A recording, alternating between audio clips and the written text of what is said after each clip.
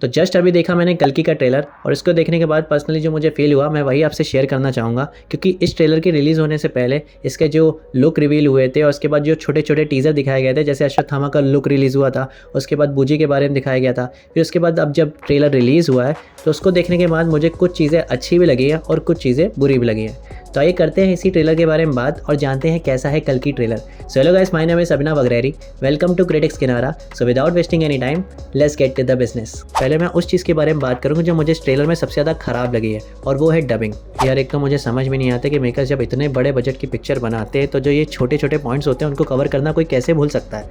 आप डबिंग को ही ले लीजिए और दिशा पाटनी की डबिंग को ले लीजिए, यार मतलब कितनी ख़राब डबिंग की है।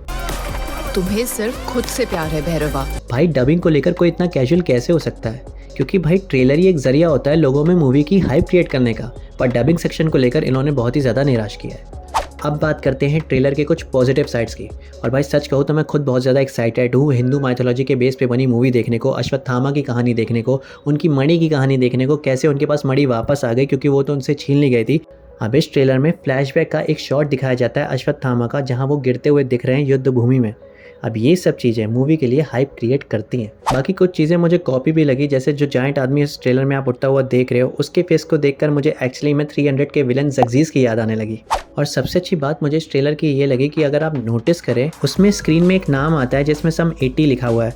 अब हिंदू माइथोलॉजी के अकॉर्डिंग ये नाम कल्कि की मदर सुमेति का है, जिसको उन्होंने बना दिया है समेटी।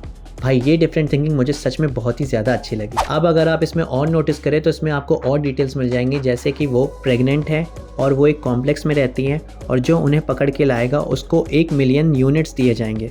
और शायद इसीलिए अश्वत्थामा प्लस भैरव सुमेति को प्रोटेक्ट करने के लिए, उसके बेबी कल्कि को प्रोटेक्ट करने के लिए सबसे लड़ेंगे, ऐसा मुझे लग रहा है। खैर अब ऑनेस्टली बोलूँ तो मैं अश्वत्थामा की सीन्स को देखने के लिए बहुत ही ज़्यादा एक्साइटेड हूँ, क्योंकि जिस तरह से उनके शॉट्स दिखाए गए हैं, जैसे उनके फाइट सीन हैं, जैसे उनकी शिवलिंग की पूजा करते हुए सीन है, प्लस उन्होंने एक ही पैर से भैरव की कार को रोक दिया, ये सब सीन बहुत ही ज़्यादा एक्साइटमेंट जगाते हैं। और नाग अश्विन जो इस फिल्म के डायरेक्टर है, उनसे एक्चुअली में बहुत ज़्यादा उम्मीदें हैं ऑडियंस को, प्लस ये भरोसा भी है कि भाई ये बंदा डिसअपॉइंट नहीं करेगा।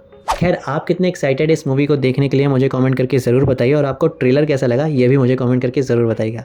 तो आज के लिए इतना ही, मिलते हैं अगली वीडियो में। Till then bye bye and take care.